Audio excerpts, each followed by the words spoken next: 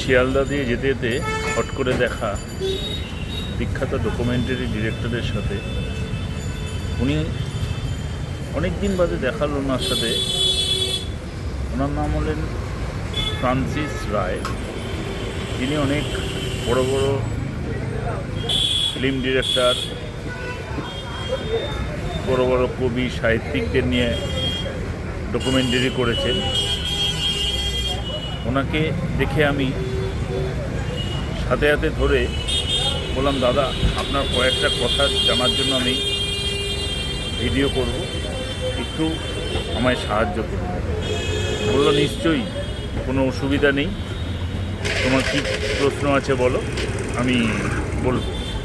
আসুন পরিচয় করে নেই সেই ডিরেক্টর ফ্রান্সিস রায়ের সাথে, যিনি বিশিষ্ট পরিচালককে নিয়ে ডকুমেন্টারি করেছিলেন, সেই সম্বন্ধে জেনে নিই।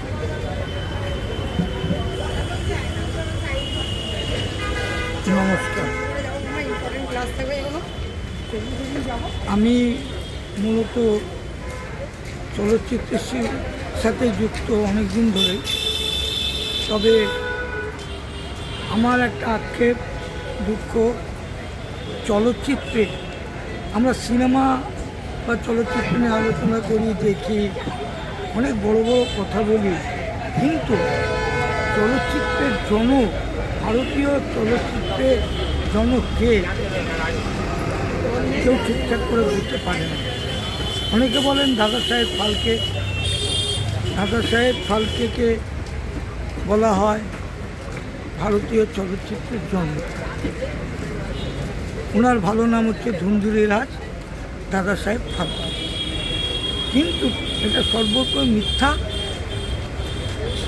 আসল জনক বাংলার কীর্তিমান স্রষ্টা চলচ্চিত্রে হীরালাল সিং, যিনি আদতে পূর্ব বাংলার ঢাকা জেলার মানিকগঞ্জে এক বর্ধিষ্ণু পরিবারে উনি জন্মগ্রহণ করেছিলেন।